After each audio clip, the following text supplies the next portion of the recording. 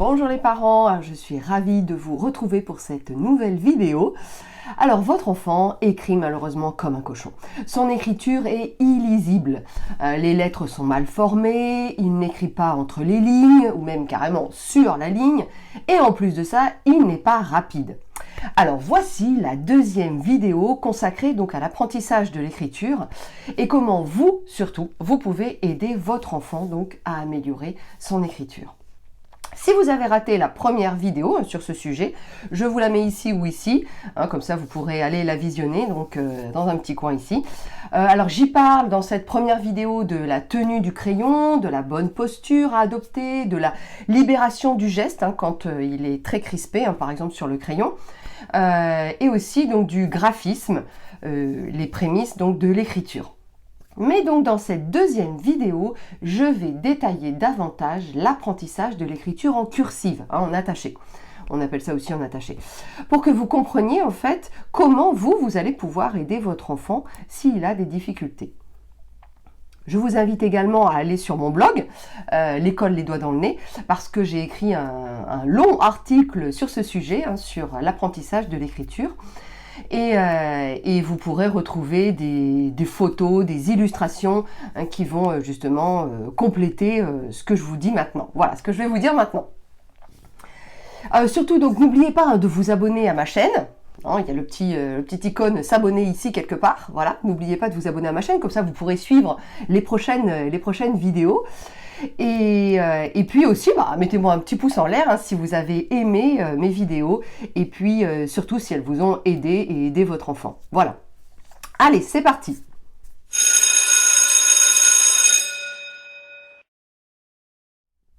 Mais d'abord, donc, je me présente. Qui suis-je pour ceux qui ne me connaissent pas encore? Eh bien, je suis maîtresse et ancienne directrice d'une école maternelle. Et je suis aussi la créatrice du blog L'école les doigts dans le nez. Et maintenant, j'aide et accompagne les parents lorsque c'est difficile pour leur enfant avec l'école, que ce soit au niveau des apprentissages ou au niveau du comportement. Alors, on rentre dans le vif du sujet pour bien m'écrire en cursive. Alors, tout d'abord, l'importance de la taille des lettres. Bah oui, apprendre à respecter donc le lignage et la hauteur des lettres. D'où donc l'importance, comme je vous l'ai expliqué dans la première vidéo, de bien délier les doigts, voilà, pour pouvoir monter les lettres, faire des grandes lettres comme le L par exemple, ou des petites boucles comme le E. Voilà. Ce qui est difficile pour les enfants, c'est souvent de bien voir les lignes, c'est vrai, et de bien donc les différencier. C'est pour cela qu'on ne commence jamais l'écriture sur un cahier normal. On commence toujours donc un cahier normal, c'est-à-dire un CIS 2 mm, sur lequel maintenant tout le monde écrit. Mais lorsqu'on démarre l'apprentissage de l'écriture, on ne commence pas avec un CIS 2 mm. En grande section, on commencera parfois à utiliser un cahier avec un espace d'interligne très grand, voire même il n'y a pas du tout d'interligne, il y a une seule ligne sur laquelle il faut écrire les lettres, poser les lettres, voilà, déjà dans un premier temps. Et il faut que cette ligne sur laquelle se posent les lettres soit bien visible. C'est souvent celle-là, on voit souvent donc des enfants qui écrivent soit en dessous, soit au-dessus, comme ça, ça monte, ça descend. Voilà. De même en CP, c'est pareil, on ne va pas commencer avec un cahier normal, avec un lignage normal CIS 2 mm. Non, non, non. On va commencer donc avec des 3 lignes par exemple, où il y aura seulement trois lignes. La première ligne, une autre ligne juste au-dessus pour les lettres qui s'écrivent entre 2 lignes, et puis la dernière, voilà, pour les grandes lettres. On passera après à toutes les lignes. Alors, il y a des partisans de l'un et de l'autre. Soit on commence directement avec toutes les lignes, voilà, soit effectivement on ne met que 3 lignes. Voilà. J'ai envie de vous dire, ça dépend du niveau de difficulté de votre enfant. Si vraiment pour lui toutes les lignes c'est compliqué, il a des difficultés à les voir, c'est préférable justement de ne pas avoir toutes ces lignes. Alors, par exemple, pour les élèves qui sont donc en difficulté par rapport à ça, on peut utiliser un lignage avec un repérage visuel, comme ça votre enfant peut bien voir les lignes, et surtout une symbolisation des lignes. Par exemple, donc il y a la ligne de terre, et puis les lignes qui sont sous la terre hein, et en dessous. Et aussi, il y a les lignes au-dessus. Il y a donc la ligne de l'herbe, il me semble. Voilà, c'est ça, l'herbe. Et puis ensuite, il y a le ciel, la ligne du ciel. Voilà. Alors, je vous mets le petit modèle hein, ici ou là. Donc, pour les enfants qui sont vraiment en difficulté par rapport donc à bien voir le lignage, les lignes. Alors, il y a aussi effectivement, donc après l'importance de la taille des lettres, eh bien, il y a l'importance effectivement du sens et de la formation des lettres. Pour cela, on peut faire des groupes de lettres qu'on va travailler ensemble. Par exemple, on va travailler ensemble toutes les lettres rondes. Ben oui, parce qu'elles doivent toujours tourner dans le même sens, c'est-à-dire vers la gauche. Toutes les lettres rondes tournent vers la gauche. Ensuite, on va pouvoir par exemple travailler toutes les lettres avec des boucles qui montent. Par exemple le L, le B, le H, et celles ensuite avec des boucles qui descendent, comme le J, le G ou le Y.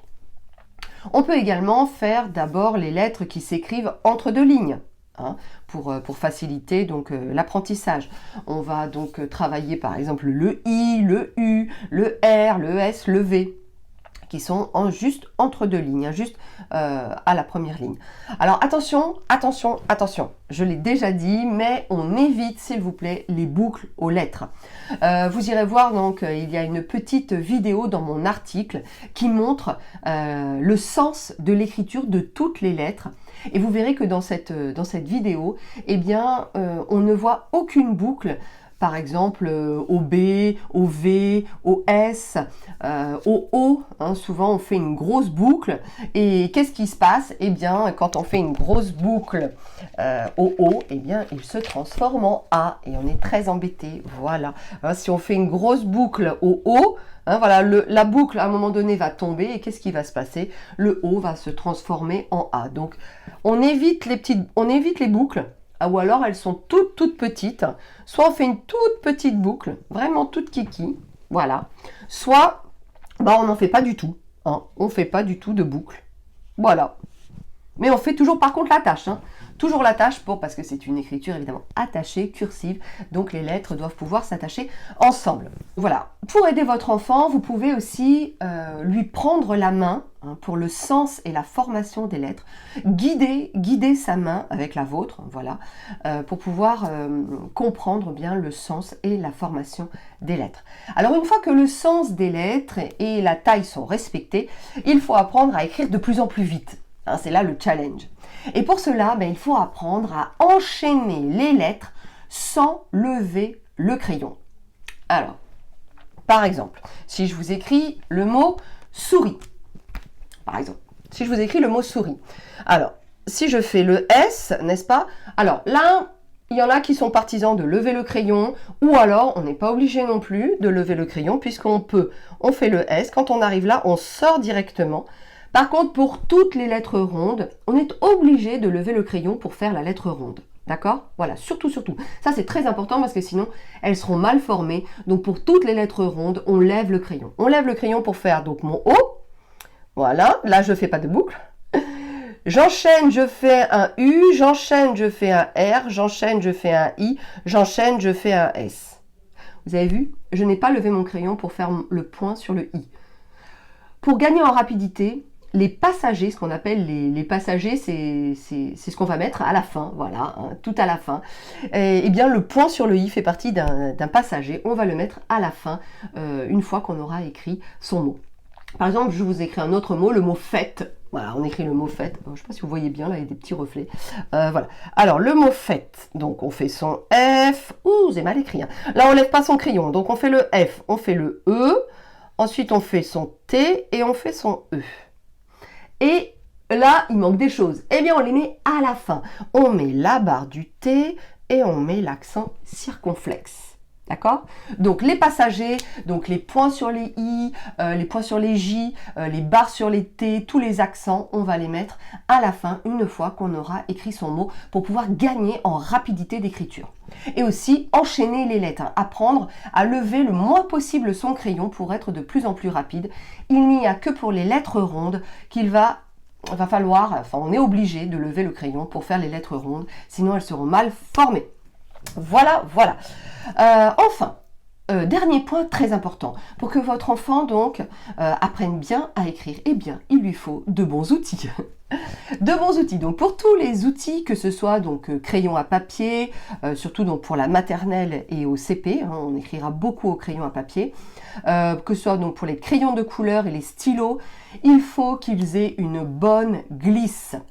Il ne faut pas que le bras ou que la main soit arrêtée parce que le crayon ripe un peu, ce soit difficile pour votre enfant parce qu'il va être plus crispé. Donc vraiment, il faut qu'il ait ce crayon une bonne glisse, qu'il ne freine pas le geste. Et aussi très important, il faut qu'il ait une bonne prise en main. C'est-à-dire par exemple donc, de forme triangulaire hein, pour les crayons de couleur ou les crayons à papier. Pour un bon positionnement des doigts, la forme triangulaire, pardon. Et aussi, il faudrait une partie en caoutchouc ou une autre matière hein, pour permettre aux doigts de ne pas glisser sur le stylo. Et au final, hein, eh bien, qu'est-ce qui se passe? Une fois qu'on a fini d'écrire, on arrive et on est carrément au bout, on touche la mine, voilà, parce que les doigts ont glissé sur le crayon. Voilà. Donc, on évite.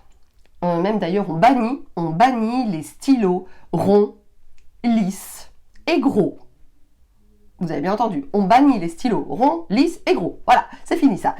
Alors voilà, j'en ai terminé avec cette vidéo. J'espère qu'elle vous aura plu et surtout qu'elle vous aidera à accompagner au mieux votre enfant dans son apprentissage de l'écriture pour que s'installe de bonnes bases. Voilà. N'hésitez pas donc à me mettre un petit pouce en l'air si cette vidéo vous a plu et surtout qu'elle vous a aidé. Abonnez-vous à ma chaîne hein, pour suivre mes prochaines vidéos. Et surtout, dites-moi en commentaire en dessous quelles sont encore les difficultés ou quelles sont maintenant actuellement les difficultés de votre enfant dans l'apprentissage de l'écriture. Allez, je vous dis à bientôt pour une prochaine vidéo. Bye bye!